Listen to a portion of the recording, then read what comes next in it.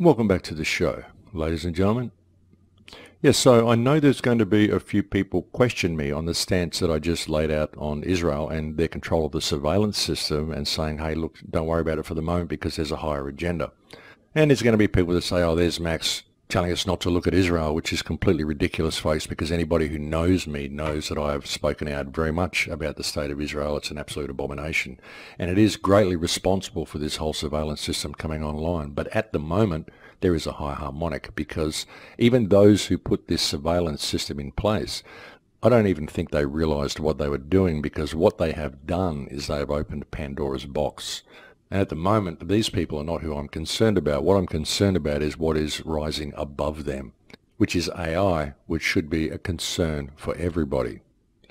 This is what I mean, folks. I mean, the stealing of technology and the monitoring of mobile phones, the stealing of people's emails, the reading of it, the monitoring of people's chats, all of this is very bad. And all of the surveillance grid that Israel has put in place is very bad, and they should face charges for that.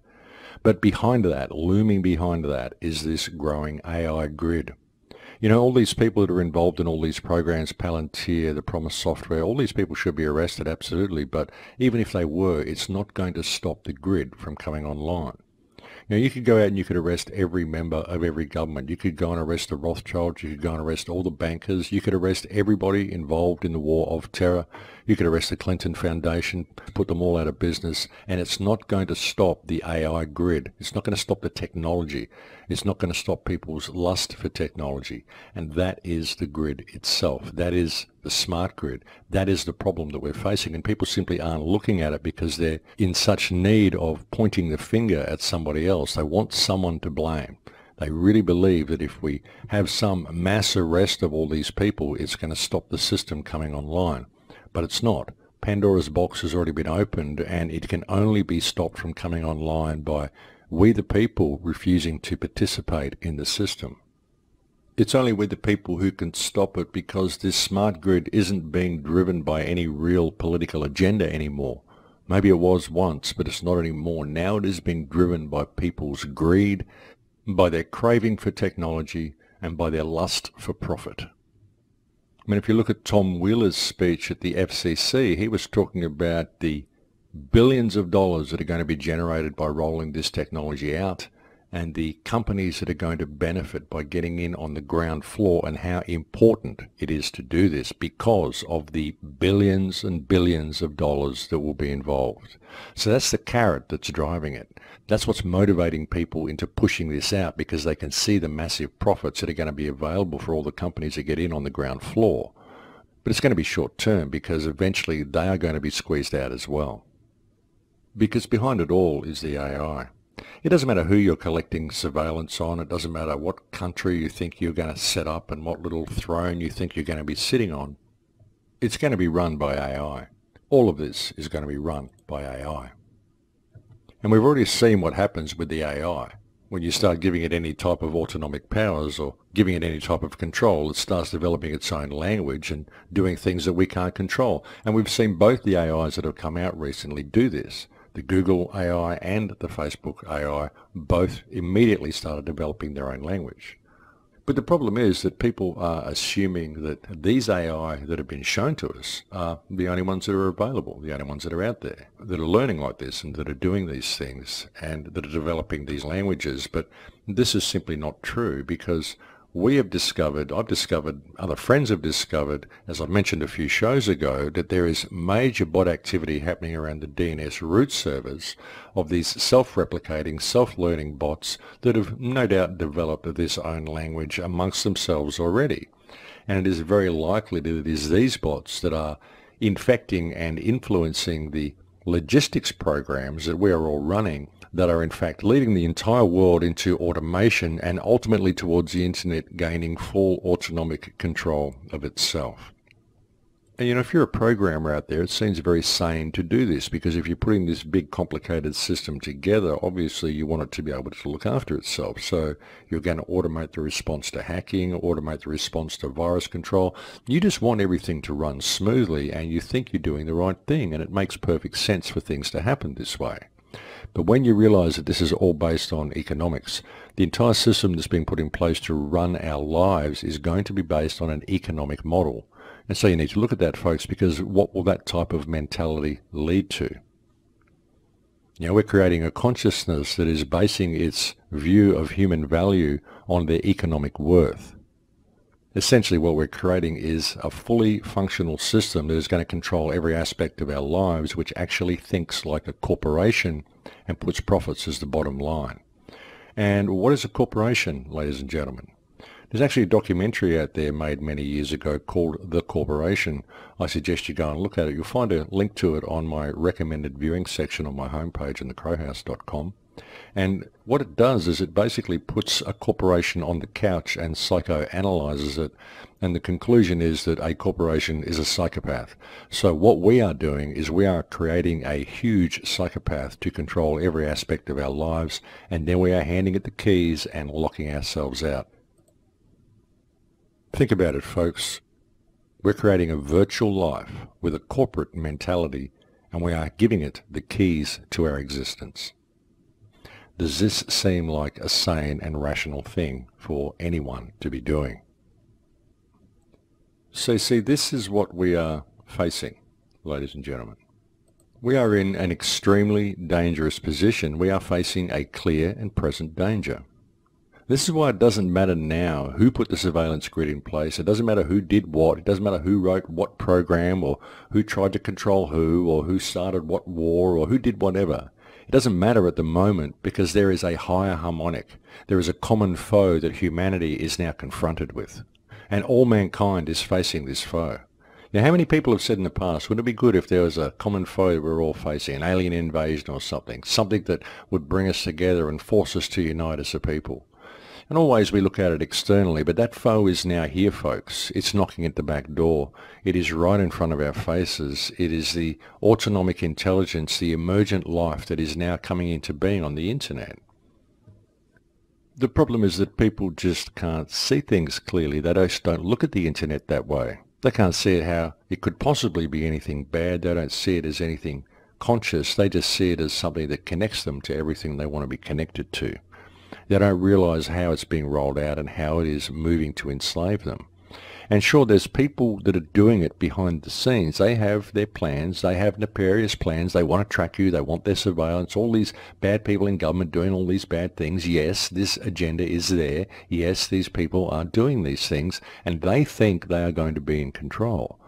But as I said, they don't realize what they've done, because what they've done is open Pandora's box, and they're about to hand control over to AI, and they foolishly believe that they are actually going to be able to control this AI. But they're not. Their hubris is going to be what jumps up and hits them in the face eventually, and it's going to put them into the same barrel as everybody else. They're not going to be sitting on top of the pile once the AI comes online. All humanity will be put into the same basket. But even so, even though they've done all of these bad things, and we want to get angry with someone and point the finger at someone and have some lynch mobs in the streets or whatever, I mean, it's not going to solve anything, folks. Even if we do that, it is not going to solve anything. What we need to do is realize what this system is and realize that we are the ones that are holding it up. You know, it's our lust for technology, the dopamine fix that we get every time we click on an icon on our iPhone. It's our addiction to technology. Everybody walks around the street looking at their scrying mirrors. That's all they do. You get on a bus or public transport or go to an airport or go anywhere. Nobody's talking to each other. They're all sitting there looking at their mobile phones. It's ridiculous. That's the problem, folks, and that's what's leading us into this system. The mobile phones, the credit cards. We have to step away from the automation and buy ourselves some time and wake people up to the fact of what is being rolled out and what this 5G grid is actually capable of. Now, I've done a great deal of talks on recent shows about the dangers of this system, about the health dangers and what it's really going to be doing to our environment, what it's going to be doing to the human immune system, the capabilities of it for weaponization, all of this sort of stuff. There's actually a link I've put on my website now. If you go to thecrowhouse.com onto my homepage, there's a little video that I made a few weeks ago called 5G, the Elephant in the Living Room. Just below that is a link to a website entitled 5G Resources to Share with Parents and Schools. And it's a very, very good resource, folks. It's got a lot of stuff you can print out, letterbox drops, just flyers, pamphlets you can hand out to people, stuff you can send to your local representatives, stuff that you can give to your local school, your local doctors, just people that you know, especially people who are in any position of control of children. Please give them this information and let them know what is coming with this 5G grid, and start taking action in your local community to stop it being rolled out. Any action you can find. And of course, the most effective action to begin with is raising public awareness of what we're facing. But really there's a deeper agenda to all this as well. And I've been looking at some very, very bizarre stuff lately. I really have, as you probably noticed from the last 5 or 6 radio shows that I've been doing. I've been going off on this different sort of a tangent to what I normally go off on, just because of the information that's been coming to hand. And I've put out quite a fair bit of speculation on the last few shows as well of my ideas about where this grid may be going.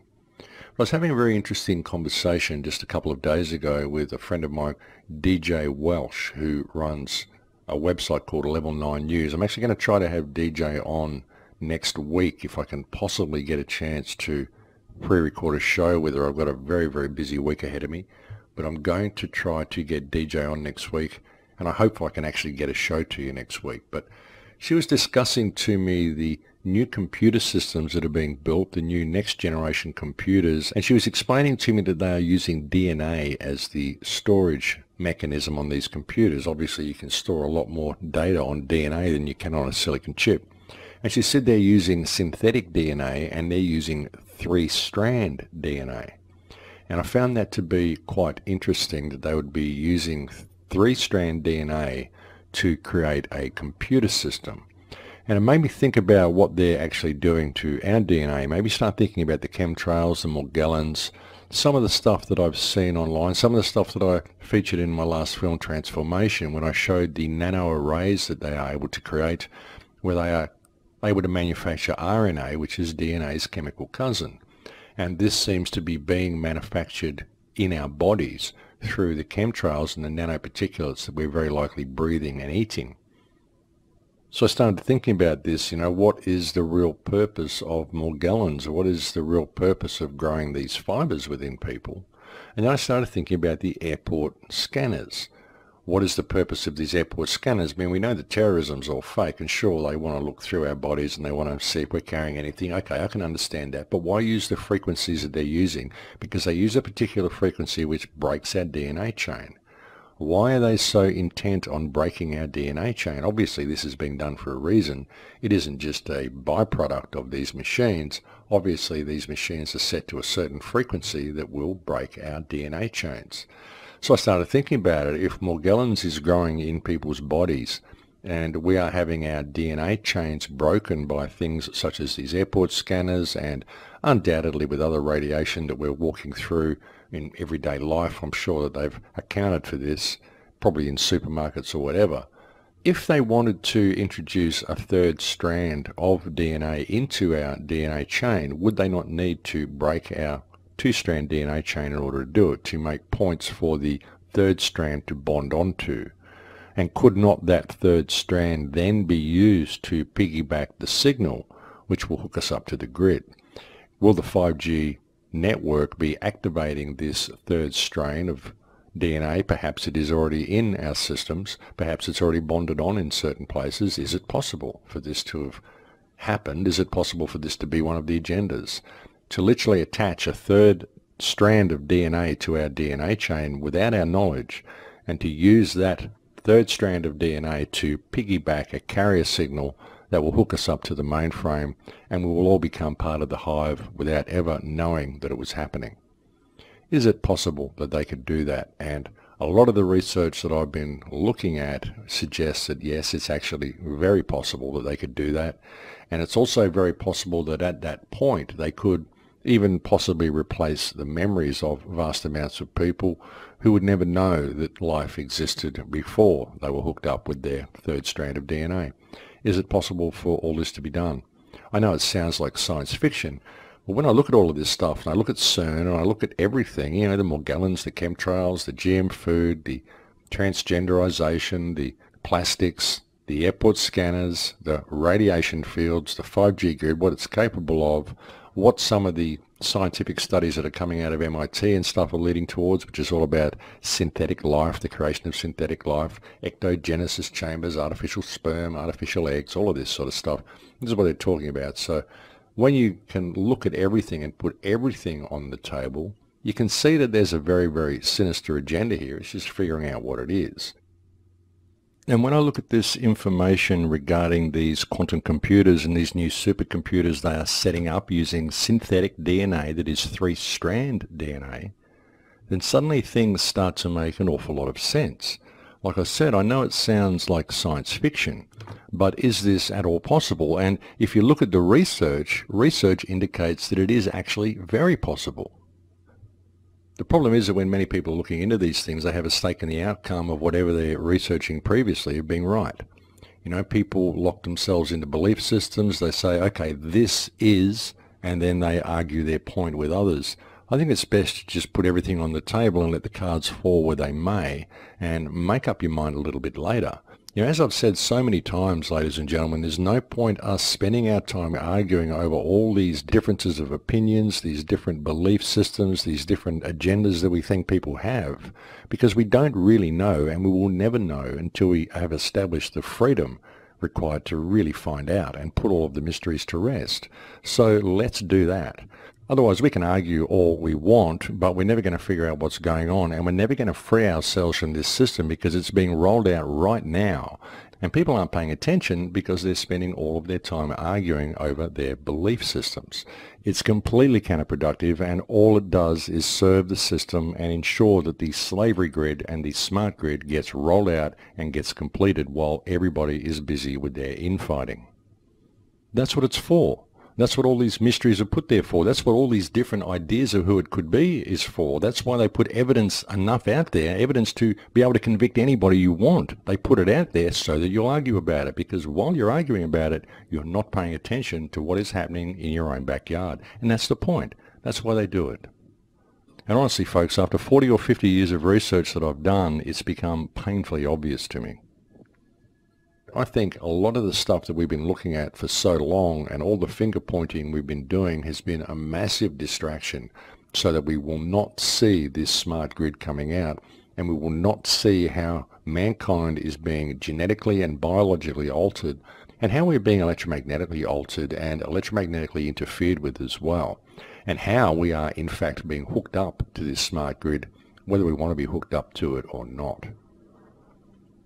I really do think this is a very, very real possibility, ladies and gentlemen, and I think it's something that I'd like to hear a bit of feedback from people, see if any of their research has been going in this direction as well, because a lot of the research that I'm hearing from a couple of close friends is also going in this direction, and I've heard from quite a few random people since I put out that 5G video a few weeks ago who have been very glad that I've been talking about this issue and have a lot of information to send me. And a lot of them are on the same path. A lot of them have got little pieces of the puzzle. And when you put it all together, you can see a very, very dark agenda on the horizon, and an agenda that is going to affect everybody. And it's something that nobody is talking about because nobody really seems to be noticing what is going on right under their noses. Now, I can appreciate that when I come and do these radio shows, I often bring you information which is rather uncomfortable. It's information that is rather confronting. Many people don't want to deal with it. They don't want to believe it. Sometimes it causes a great deal of anger in people. Sometimes it may be quite offensive to people as well. All of the information that I brought you last week regarding plastics and the estrogen levels in our general environment and how this is leading towards transgenderism seems to have offended a lot of people as well. I didn't mean to do that. I'm simply facing the fact that this is happening. Sure, there are transgender people that are born in our society by natural course. It's quite a natural thing to happen. And I have no problem with that at all. But I can also acknowledge the fact that it's been chemically induced as well, because the percentage of transgender people being born is quite particularly high at the moment. And when you couple that with the reduction in sperm count and the general feminization of men, the loss of the alpha male, you can see that this is happening. There's a trend that the society is moving towards more of an androgynous society. And this isn't the result of some sort of natural evolution of the species. This has been chemically induced. And even gay people that I know can admit that this has been chemically induced. They can admit that this is happening simply because of the percentages and the way the world has changed in the last 20 or 30 years. This is happening, folks.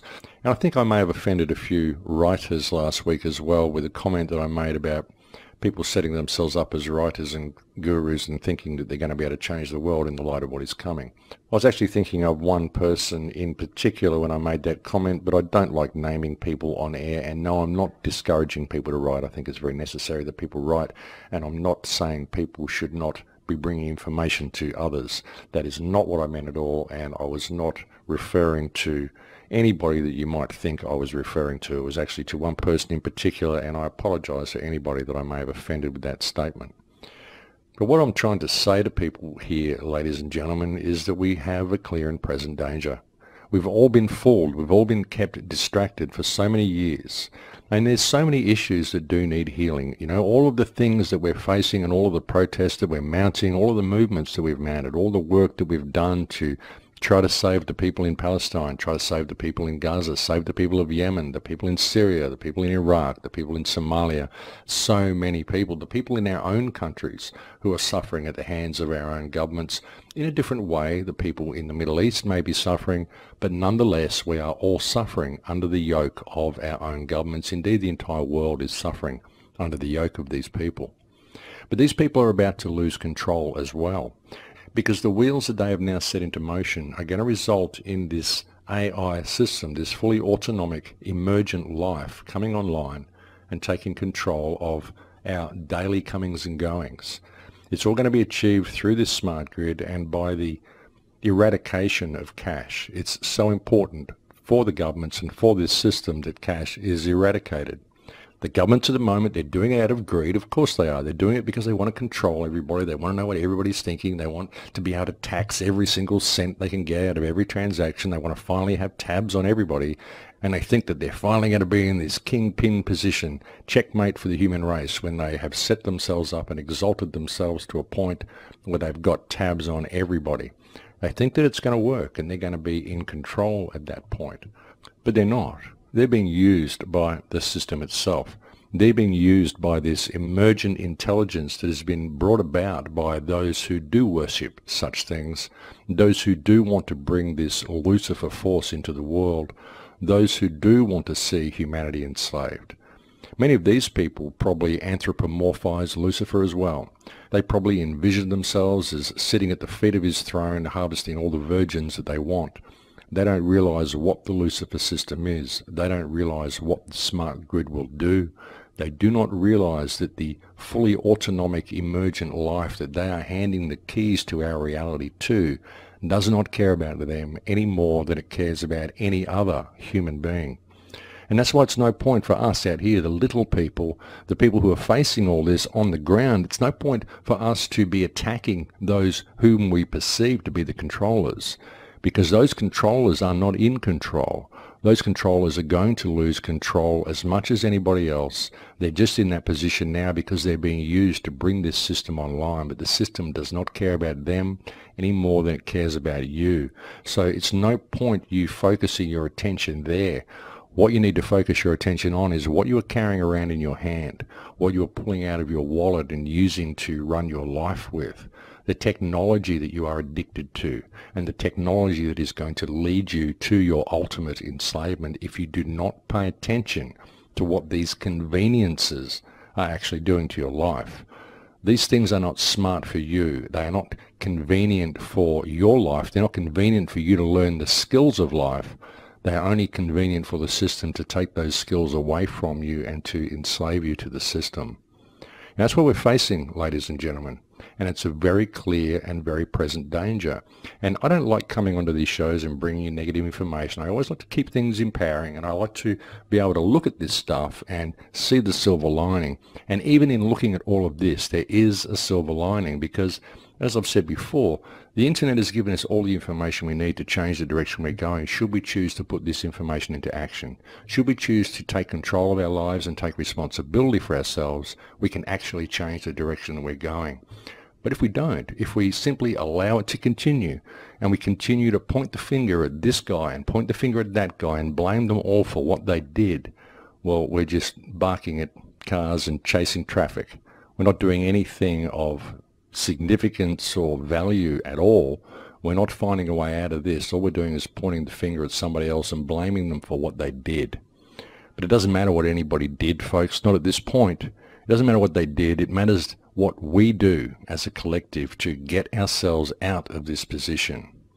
And the first step is to develop some respect and some unity for each other, allow people to think differently and get some focus, and then spread the correct information to people. Spread information to people, stuff that they can identify with in their own lives, stuff that concerns them, stuff they can see on the ground around them, and alert them to the clear and present danger that they're in, and the fact that they actually have the ability to turn this around if they choose to participate. That's all it will really take, ladies and gentlemen, is participation by the people. But people have to take control of their own lives. They have to realize that no one is going to stop this if they continue to support it, and they continue to participate in it, and they continue to comply with this system.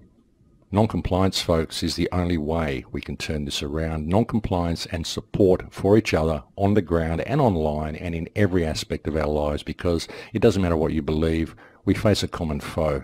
People are so busy arguing over their different points. But ladies and gentlemen, there is a train coming. And if people do not stop arguing over the shape of the tracks, pretty soon it's going to hit them head on. There will be no warning, it will be sudden, and they will have no one to blame but themselves.